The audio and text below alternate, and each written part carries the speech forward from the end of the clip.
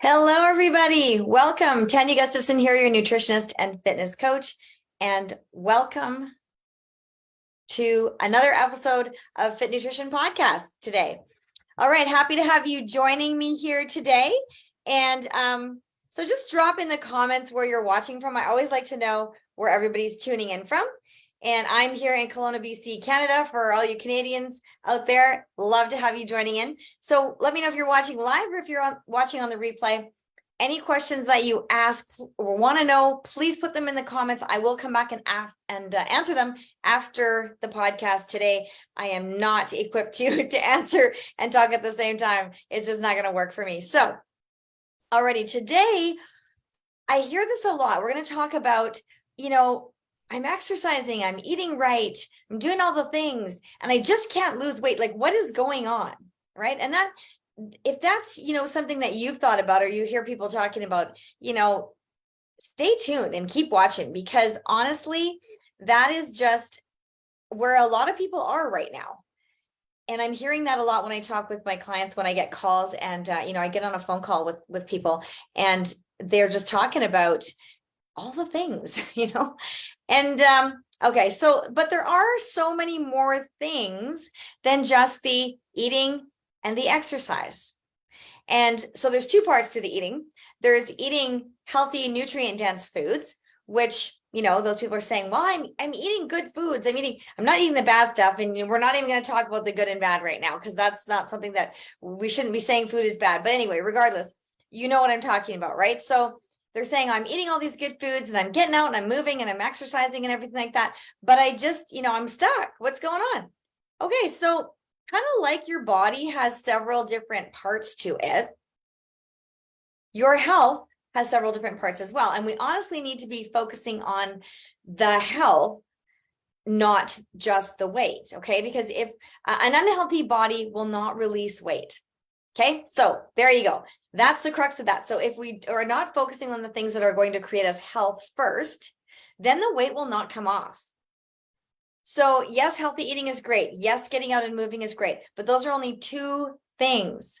There's many more things than just two that have to do with our health, that make up our health, right? Just like our body has way more than just, a head, arms, and legs, not like those little drawings we used to do in kindergarten, like the stick people. We are made up of tons of different parts. Now, okay, say you break your leg, say you're a marathon runner and you break your leg.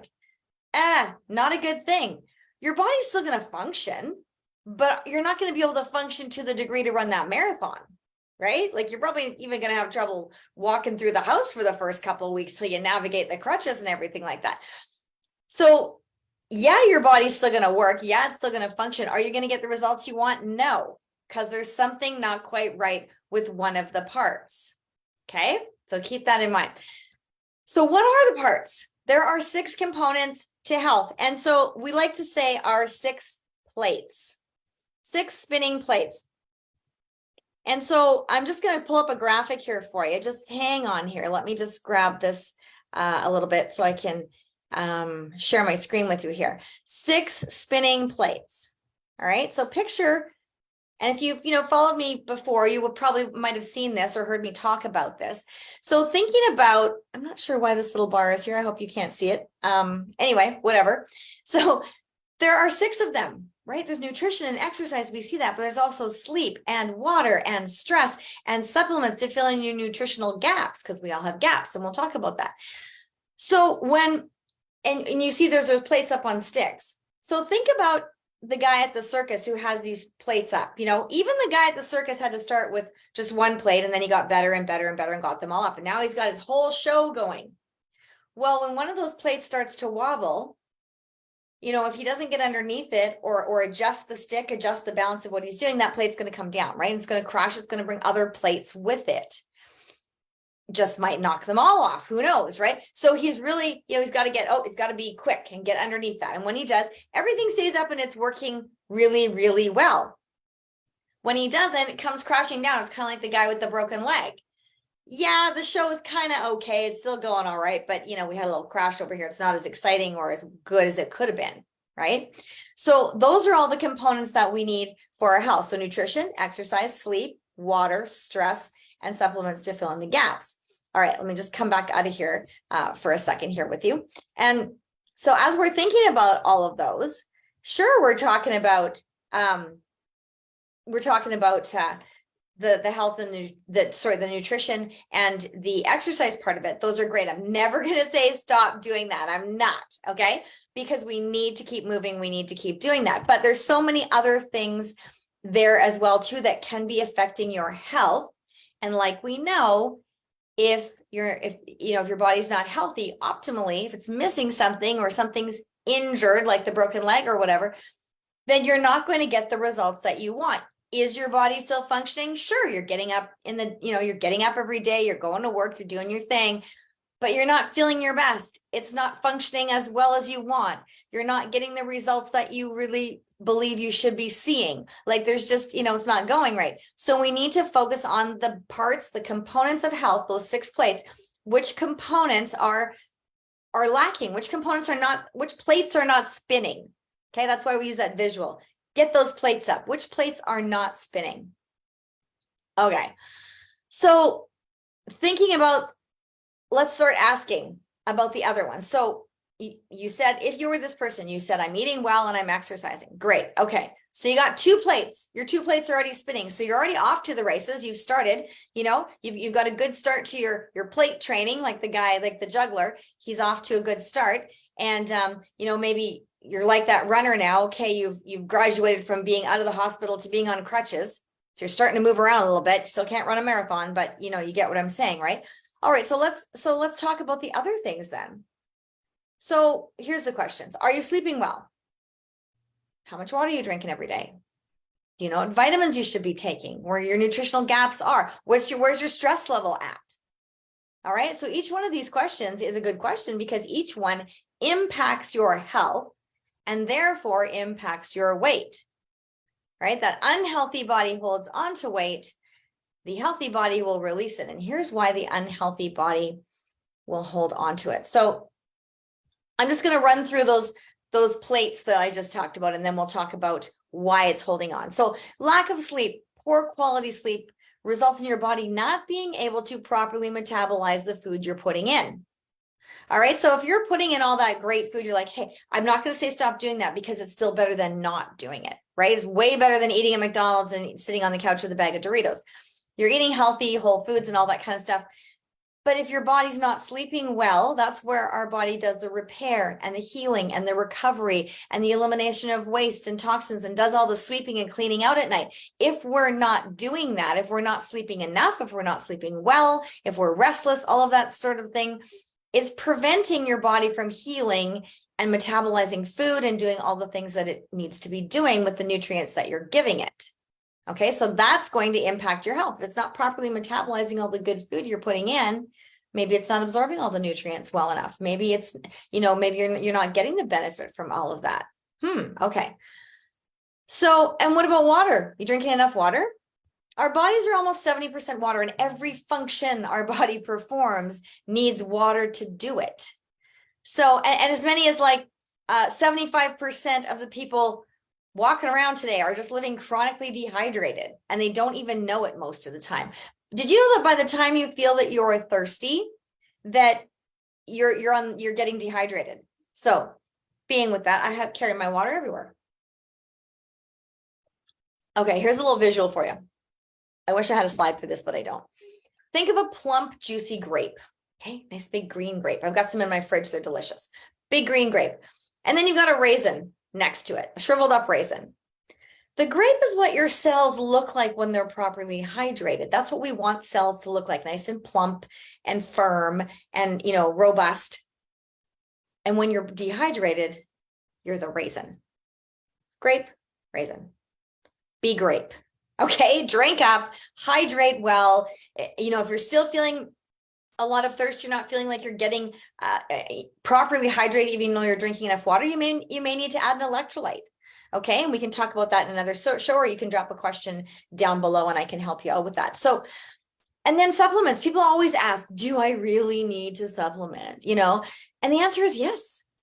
Can we get all the vitamins, minerals, and phytonutrients we need on this planet? Sure, absolutely we can. Everything we need is grown here or whatever. We can get it all. and we live in a first world country. So we definitely have access to all that. But do we make it a point to do it every meal, every day, 24/7, 365? Nope. Nobody does that. Not even my vegetarian or my vegan daughter get enough vegetables and fruits and vegetables every day. I mean, we're supposed to be getting anywhere between 10 to 13, maybe even 15 now servings of fruits and vegetables in a day in order to get enough vitamins, minerals, and phytonutrients. That's not even including our proteins and our collagens and all of those kinds of things that we need to get in. Plus, doing that every single day without fail. No, nobody's perfect, and you shouldn't expect yourself to be perfect. Okay. Again, still eating those good foods is going to be better than not, but now we know that we probably have some gaps. So just know that filling your nutritional gaps is like brushing your teeth. Just because you brushed your teeth today doesn't mean you should skip brushing them for the next couple days or, a week or whatever, and that they're going to stay clean. They're not. We know that, right? You're not going to keep a good, healthy set of teeth by doing that. Same thing with on the inside. Just because, you can see it on your teeth, right? Nobody likes to have stuck in their teeth. Nobody likes to have bad breath. And then we think about the tooth decay and whatever. So whatever your motive is, you brush your teeth every day, no matter what, right? Twice a day, 3 times a day, whatever it is, you floss, you do all the things because we know that it's an ongoing thing. Well, if our body's constantly using up the nutrients we're putting in, and we know now that we're probably not getting enough, doesn't it make sense that we need to then fill in our gaps, nutritional gaps? Again, if we're nutritionally deficient, our health is not optimized. So now all of these things are starting to stack on top of each other, right? So you may not have any of those other issues. You may not, you may be ticking them off like really good. So here's the last one that I want to talk about. And this is often the kicker for most people. And it's called stress, that S word. Right? No, people don't really want to talk about it sometimes. It's like, yeah, whatever. It's just there. I can't do anything about it. And most people just believe that it's something that they have to live with and that they, like I said, they can't do much about it, but that's not true. Okay. That's a little lie that's going on in your head. It's a little peanut gallery hanging out on your shoulder telling you, yeah, you can't do anything about that. And we'll talk about those peanut gallery guys in another one, in another podcast for sure. But for right now, just know that yes, you can do things about stress. And here's why you should. Okay. When you're living in a constant state of stress, regardless of what kind of stress it is, by the way. Okay. So here's the thing. You could be being chased by a bear, or you could be like swamped up to your eyeballs at work. You go on vacation, you come home, your desk is like, piled up. I've heard people talk about that. Horrible scenario. Kind of defeats the whole purpose of going on vacation, right? You just feel like you're swamped there. Maybe your kids were, having a meltdown, or maybe, somebody lost their job, or maybe you're going through a divorce. Maybe somebody came to visit and moved in and they brought their dog and your whole house is in chaos, right? Whatever it is, all your body knows is that it's stress. And it perceives that as a danger present to your body. And then it gets stressed. And what happens when it gets stressed because of the danger that's present is your body goes into the fight or flight mode. Okay, so what happens then physiologically in our body? There's a lot of things that actually happen when you get stressed. It's not just like, oh, I'm feeling stressed. Okay, well, that feeling comes from all of these things that are happening. So your circulation actually restricts blood flow to the core of your body, to all this area where your organs and things are, your digestion, all of that, and sends it to the extremities. Your hands and feet. Well, why would it do that? Well, because if your body thinks that you are under danger and it's fight or flight, what do we use to fight? What do we use to flight, to run? Our feet, right? So where does the blood flow and all of that energy and stuff need to go? It needs to go there so that we can now escape from the dangers that we're in. Because again, our brain can't differentiate what type of stress it is. It just knows that that's stress. Oh, you feel stress. It rises up. Body goes, oh, there's the stress response trigger.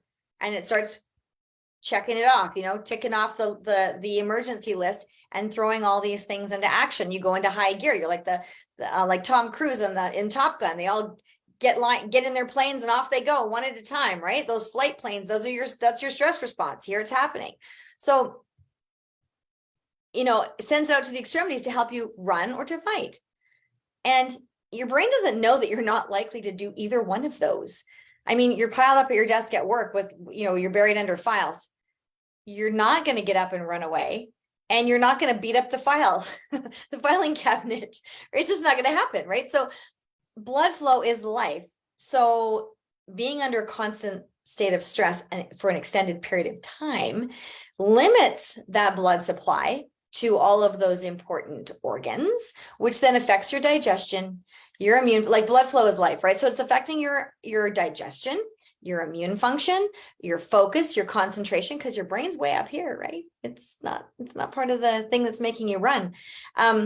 It affects your moods, your ability to make decisions, all of that kind of stuff. So do you ever notice that when you're stressed, you just can't think straight? Like, or you can only focus on one little thing at a time, whereas before you're like, I can multitask, whatever. Sure, I can talk on the phone and make my grocery list and sign my kids' field trip form all at the same time.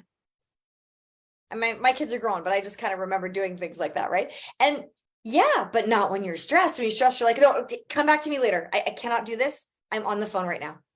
Or you don't even want to pick up the phone because you're making a list or you're signing the paper, because you can only do one thing at a time. That's what is happening, because your brain wants you to dial in and focus on one thing so you can get your butt out of that danger zone really quickly. The adrenaline is released to help you move quickly, again, along with cortisol. Cortisol goes through the roof. It goes, whoosh, there it goes, another another fighter plane taking off. And that causes spikes in blood sugar and insulin. Blood pressure goes up. It's another physiological response designed to help your body escape the danger that you're never going to escape from, because it wasn't really there. That physical one that's, the bear is not chasing you. We don't have bears and tigers outside of our front door anymore. But instead, what happens is, we know that when our blood sugar spikes, our body stores fat. Insulin goes up. It's taxing all our organs and stuff, and it happens. Glycation is happening. It's like the apple being cut and going brown. Our cells are doing that at a much higher rate, like a piece of toast in the toaster. Instead of being this nice white, soft, fresh bread out of the oven, it's now a piece of burnt toast, or it will be, as this stress response continues. The likelihood of the toast getting burnt or of the apple getting brown, which is your cells aging and dying faster, goes up. Okay. And then your body is storing that fat because the blood sugar is spiking and your blood pressure is going up, causing, hypertension. All of these things are putting you at a higher risk for all metabolic diseases. And why is your body storing the fat and all the calories and doing all the things? Because again, it wants you to run away or to fight, and it needs fuel to do that. Fat as fuel. It's not realizing that, oh, heck, that stress is because, you're having an argument, your relationship's not in a good place and you guys are arguing every day, or that stack of work on your desk hasn't gone down in a week. They keep adding files to it, or, whatever it is, right? Your brain doesn't know that it's like, oh, okay, that's just part of my job day. It's okay. We can have a break now. It's fine. There's really no physical danger. It doesn't know that. All it knows is when you have that response of like, oh no, you get tense and you get upset, and that pit, if thing in the pit of your stomach, causes you to go, it's not so good. And so the stress response triggers and the fighter jets get sent out.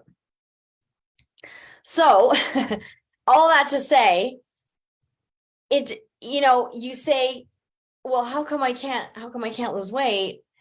Because I'm eating well and I'm exercising. Those are great. Don't stop doing those. You need to do those. But think about all those other 6 plates. Remember the plates? All right, let's go. Let's bring back the plates again.